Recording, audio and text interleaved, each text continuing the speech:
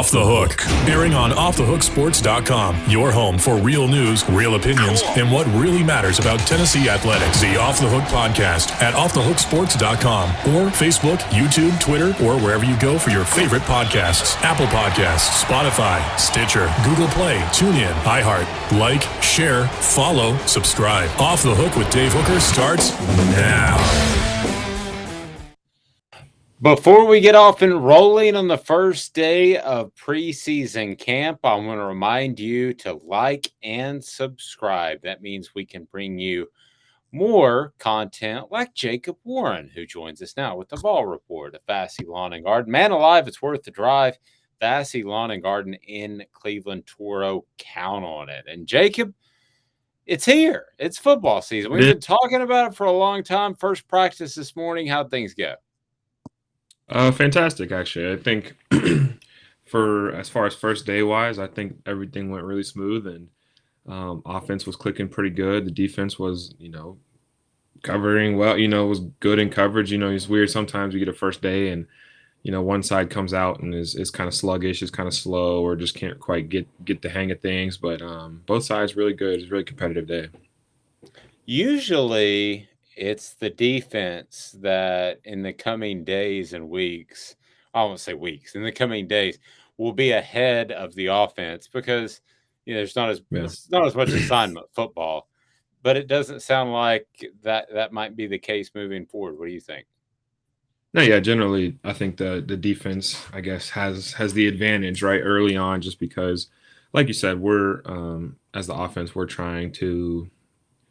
There's just a lot of assignments. There's a lot of calls. There's a lot of, looks that the defense is giving us that we kind of just have to get used to. And you got to watch some film and kind of get a feel for it. Just like going into a game week, it's obviously we're not playing games against each other, but, the defense is our competition for the week or for the month or whatever. And so the more familiar you get with your competition, the easier it is, I think, to kind of be successful against them. So, it's good. Like I said, they did well today. We did well today as a team. I think it was a good first day for sure. Where does this time of the year rank for Jacob Warren? Because he's in practice, the class load isn't as heavy, so you get to focus on football. When I ask him that, brought to you by Vassy Lawn and Garden. They've got all the hedgers and trimmers that you need. Everything there at Vassy Lawn and Garden in Cleveland. Man alive, it's worth the drive. Toro, count on it. They've got those big commercial mowers too with the steering wheel. Pretty darn cool. Jacob, where does this rank as far as being a college athlete as your favorite part of the year? Because, you're in August primarily. It's time to focus on football. It just seems like it would be nice to be in a little bit more of a regimented, whereas you're thinking in your head, oh, I've got to do this for football. I've got to do this for class, and I've got to do all that in my family. And this seems like a nice time of the year for football players. Yeah, and that's the biggest thing that the coaches kind of harp on is, like, this is your time to just be a professional football player. Like, this is what the guys do in the league, right? They wake up in the morning, they go there, they eat, they have meetings, and they work out and they practice, and then they go home for the night. There's no class. There's no, extracurricular stuff you got going on. You don't have to go to, not many people are in like tutoring appointments or they're Thornton appointments. So you're able to kind of just lock in and truly, I guess, just eat, sleep, breathe, live football for a month. And it's really cool because, you go into it kind of like, oh man, like whatever, fall camp, it's going to be hard. You're going to be up early. You're going to be going to bed late. But once you kind of get into it and you get a groove of it, it's really cool just to kind of feel like, wow, this is crazy. This is literally all I'm doing is football, but I'm enjoying it. And getting better is also really fun too. Well, and it probably goes a little bit slower in the beginning. And then, at least for me anyway, when I covered it from the media's perspective, it kind of hit warp speed and it was a blur there for a couple of weeks. For sure. Yeah, you definitely, after about practice 5 or 6, the days start running together. Like, you don't really know what day it is. You just know it's the third day of practice and we got full pads today. That's all you know. So, it gets interesting and it's, I don't know, definitely a one of a kind experience. Yeah, I've been working on this series, and we're continuing it. The top incoming players, so not just freshmen, but top incoming transfers. When we talk about the Turrentines Mhm. of the world, the Wesley Walkers of the world, and some of those guys, and Brew McCoy, obviously. But is there any particular player, be it freshman or incoming player, that you're excited about seeing and what he may be able to do on the field, or even a handful of them? Yeah. So I think one of our young backs, Dylan Sampson, he sits like three lockers down from me. So we're always just kind of joking back and forth with each other, and have built a pretty good relationship um, off the field. Just kind of being boys or whatever. But um, he broke a couple runs today and really looked good, and I was happy because like I know he's a great athlete. I know he's a great player, but it's cool to kind of see, you know, I've seen his speed in the pre-camp workouts and stuff, and I've seen his footwork. But it's just cool to kind of see stuff like that come together, and really hopeful for him, and hope that he can kind of make an impact on that group. Um, yeah, obviously Wesley Walker, Andre Turrentine, you got these guys on the other side of the ball that I don't necessarily see all the time, or don't necessarily notice. How I don't know how good their feet are. You know what I mean? Like that's not something that I would be able to tell from off as an offensive guy, but have kind of just molded and gotten comfortable um, on that side of the ball against us. I mean, I'm watching them when I'm going against them and stuff, and they're making calls and kind of fitting right in. So that's obviously good to see. Obviously, Brew is going to be a great addition for us. Big wide receiver, got good hands, runs good routes, physical guy. So yeah, there's a lot of guys. There's a lot of promise in the new people that we've got. Back in the olden days, you would say, "Oh, this player transferred for a reason. He must be a malcontent." Or he went to junior college for, I know this all sounds Right. stupid now, you're shaking your head.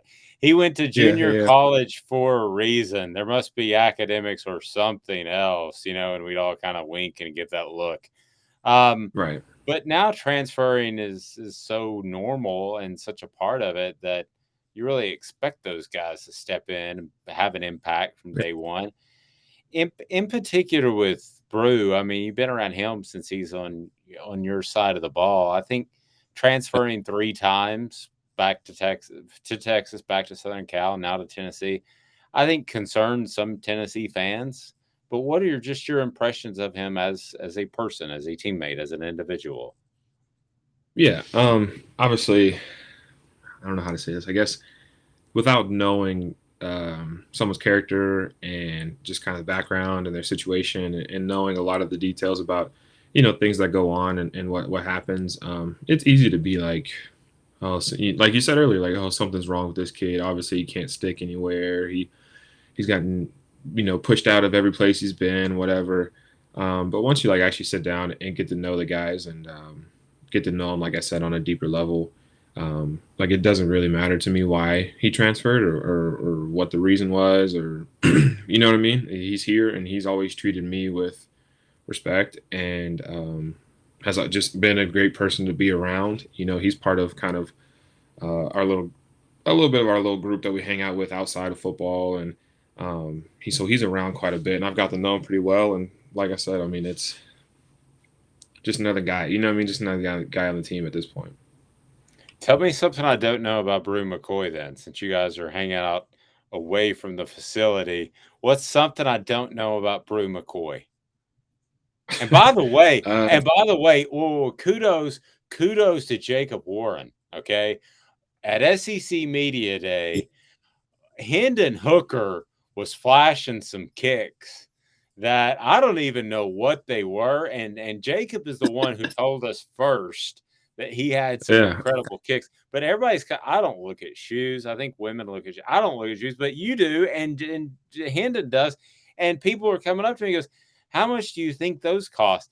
And like the opening don't worry dollar, about it. don't Don't worry. worry about Just it. kidding. Don't worry about it. People are Yeah, asking me. I was like, I've got no idea. My little whatever they are, I don't know. Nikes cost like $69 on clearance. So I don't know, but he was sporting some pretty nice shoes. They were like white, Louis Vuitton, maybe. Was that what they were?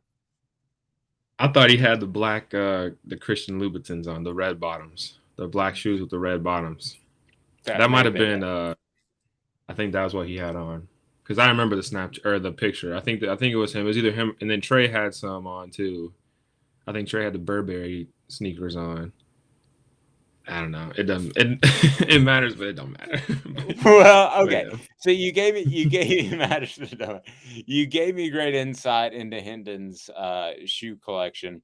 So give me some insight into Brew McCoy. What makes that guy tick? What is he like off the field? Yeah, I mean, you mentioned tell you something that you don't know. Him and Chase McGrath, they're roommates because they went to USC. They were in California together. They play a lot of like VR golf, like virtual reality golf. I don't know if you even ever heard of that. You know what virtual I, reality is, right? I have heard my son wants me to buy one of those, so I've heard of it. They don't even play. They're not even good at actual golf. They just play virtual reality golf, which I think is hilarious. But no, I don't know. Bruce, like he's always the same guy. You know, what I mean, you're always gonna get a big like a joke out of him, or just he'll be laughing or whatever. So yeah, he's always really fun to be around, really easy to be around. You know, those type of people that doesn't really know if you know him that well or not. Just kind of easygoing and nice to be around. So he's definitely one of those people. In a perfect world, an 85 scholarship team, what do you think is the right amount of transfers to bring in? Because you don't want to disrupt chemistry, but you could also use the boost now that that's an option. What do you think is a good number year in and year out? Yeah, I don't know necessarily a number. I think it's more about you mentioned like chemistry. I think it's more of like a trust factor for us with the coaches. Like, um, they're not going to bring anyone in. They're not going to transfer anyone in that could disrupt the culture, right? They're going to bring all the people that they bring in. We all trust and believe like these are going to be good guys, and they're going to be people that actually contribute to our team rather than take away from it. So at the end of the day, like I think I don't really try to concern myself too much about like the numbers of we only took how this many transfers or we only have this many people committed. Like as long as they're bringing people in that are going to help and they're not going to take away, um, like I'm good. Well, let me ask you in a different sort of way. Why is this team, because I believe it is, why is this team well equipped to handle an influx of transfers? What is it about the mindset, the mind frame about this team that allows a half dozen guys to come in and be treated like they've been there all along? I mean, I think it kind of came from just like we lost a lot of people to the transfer portal. Like we had a bunch of our friends, of our teammates that ended up leaving and ended up having successful careers other places and are successful now or have just left and have a really bright future, whatever it may be. And we know kind of how tough it was for them, um, leaving our community, leaving our family, right, and going and joining another one, and it's kind of just a weird in between thing. So I think as the team, like welcoming those new transfers or whatever, we kind of just take it as we lost a guy, but this person's coming in and we're gonna treat them just like what I mean, just like everybody else. And I don't know if it's the just the tightness of the group, we all really get along with each other, or if it's I don't know. I don't know what it is, if it's just the family values instilled from the coaches and stuff, or whatever. But yeah, it's weird how they kind of come in and just don't skip a beat, and they just fit right in usually. I also think optimism. It's a word you didn't choose, but I would throw in there too. The fact that it's so optimistic right now. I've covered SEC teams, not Tennessee, that they brought in transfers because Jacob, the coach, was afraid he was about to get fired. And if he didn't bring in junior college, this is more junior college kids 10 years ago. But when they Hmm. brought in junior Yeah. college kids like crazy, you bring in 10 or 12 of those, you don't know what kind of football team, good or bad, that you could have in the fall. Right. Yeah, for sure. I mean, that's the same thing. Is you get comfortable with the guys you're around, and yeah, I don't know. I guess it is a different game where everyone is just more, like you said, more optimistic. Whenever we get guys, like we see that there's someone committed or whatever, we're all like looking them up and trying to, looking at their highlights, looking at whatever, looking at their social medias, and it starts to feel like you already know them before they even get here. So Like I remember when Valus came, it was so cool. We were like, wow, like this kid's like really a baller. Like this guy's gonna come in and obviously if I was a slot wide receiver, I might not be like super ecstatic about it. But then again, Valus gets here and he's like a great guy and he loves being around the guys and he loves like getting better and pushing other people. And you're like, okay, like this is really, you know what I mean? It kind of, you forget about that and it becomes less competitive and becomes more just, like you said, optimistic, I guess. Yeah. I mean, I think the team's optimism quickly bleeds over into the transfers. That's why I think that uh, the transfer, in my opinion, and what does that matter? But in my opinion, the transfers are going to be so successful for you because being around you guys enough, there seems to be this optimism about the season. Last thing, and let me get you out of here. Is there any one player you stalemate more than anybody else in practice? A defensive player that just seems like you guys always end up kind of stalemated as opposed to ones winning. Who do you enjoy going against? Who's that guy? Um, Man, you talking like in the trenches, like when we're blocking and stuff, or Oh, what? yeah, because I know you do both. You're Yeah. electric pass Um, receiver, but also can block. yeah. No, I think so Tyler Barron is a big guy, right? He's about my size. And so it's interesting to always see like he's also got like a quick first step. He's strong, he's explosive, plays through his hips well.